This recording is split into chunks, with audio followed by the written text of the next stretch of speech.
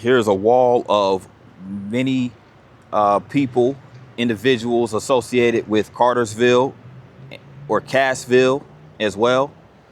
And right here you have Amos T. Ackerman. And I did a little bit of research about him before I came here when I was doing research about the town of Cartersville. And I found out about Amos Ackerman. He was born in Portsmouth, New Hampshire, and he passed away in Cartersville, buried here in Oak Hill Cemetery. But he was a Confederate soldier in the Georgia State Guard in 1864. And he was a longtime resident of Cartersville who spearheaded the federal prosecution of KKK members during Reconstruction. And he served under President Ulysses S. Grant and organized the department and Federal Bureau of Investigation, and he prosecuted the first civil rights violation case. So that's Amos T. Ackerman. You have Warren Aiken Sr., who was a minister and politician and lawyer right here, and part of the Supreme Court. And he was also, he opened a law office in Cassville, 1836, and argued the first case before the Georgia Supreme Court in 1848, and was a Speaker of Georgia House of Representatives and Confederate Congressman. That's Warren Aiken. And you have Francis Bartow, the namesake of the county, and he was a lawyer, legislator, and soldier, born in Savannah. And he was buried at Laurel Grove Cemetery in Savannah. Served 2 terms in the state legislature and 1 term in the state senate, and was a advocate for Georgia's secession from the Union to form the Confederate States of America. And he was killed in the Manassas battlefield. So, yeah. He was a soldier in the Civil War. And you have Chief Justice Robert Benham, who was the first African-American lawyer to practice law in Cartersville, Bartow County.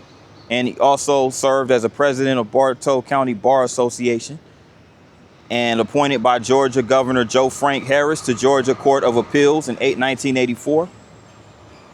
And he also was the first African-American to win statewide election in Georgia since Reconstruction, and served on the Court of Appeals for 5 years. So shout out to Chief Justice Robert Benham. And he held that position of Chief Justice till the year 2000.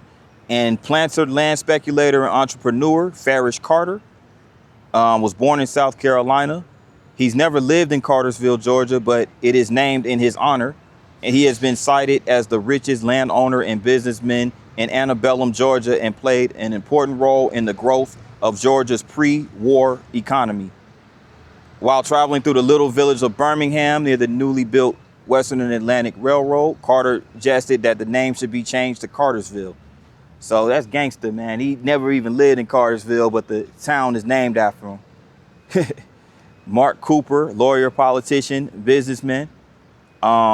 He was a major in the U.S. Seminole Wars in 1836, and state legislator from Putnam County, Georgia. And he also was an advocate of railroad development and operated Etowah Iron Works and founded Cartersville Van Wert Railroad. And he served as Georgia senator from Bartow County in 1876. And you have Rebecca Felton, who was a politician, journalist, and wife of William H. Felton right here. More on him in a second. But she served as advisor and political strategist. And her husband was edited the Cartersville Free Press and Cartersville Courant, and a syndicated columnist for Atlanta Journal for 27 years, and wrote 3 books. And she was an advocate for women's rights and suffrage, and was the first woman to serve as U.S. Senator in 1922. So that's Rebecca Felton. And her husband was a doctor, minister, and politician.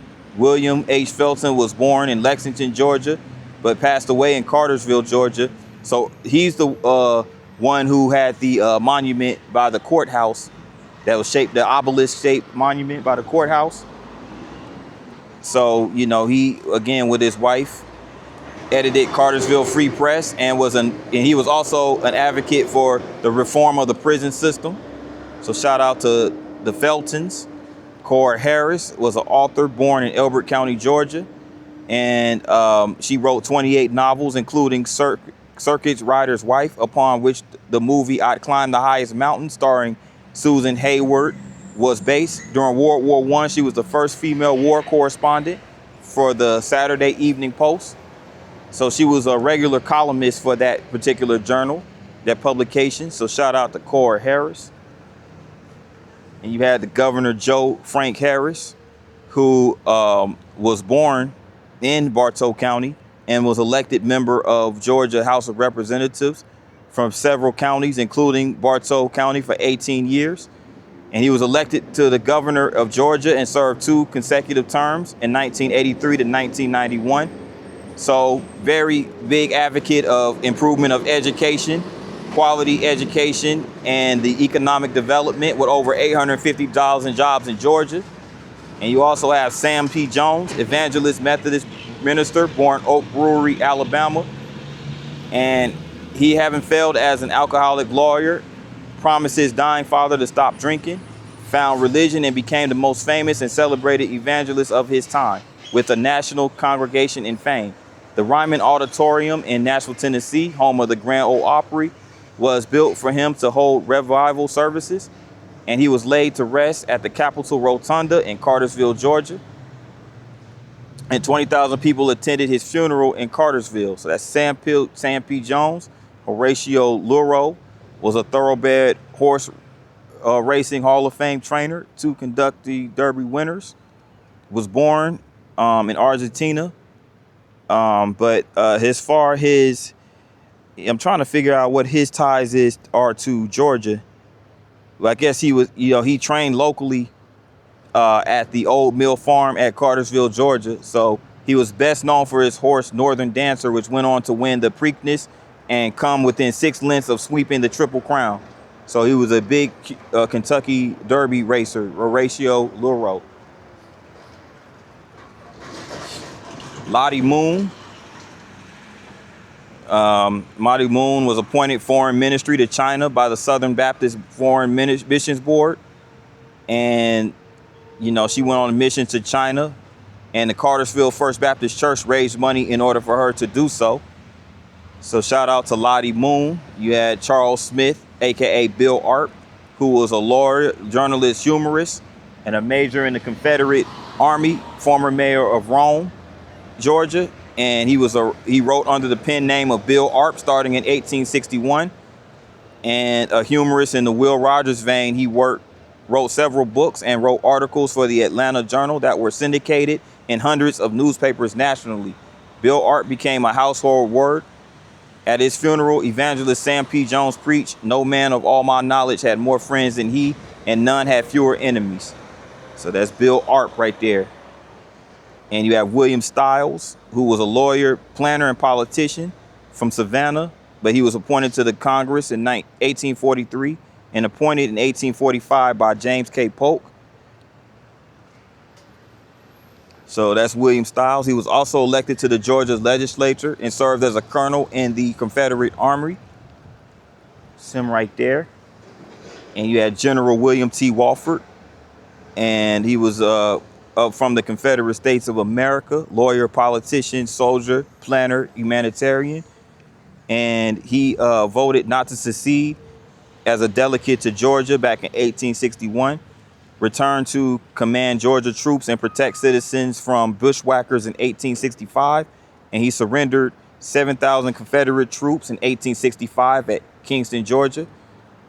He was elected to Congress in 1865, but refused seat because of Reconstruction laws.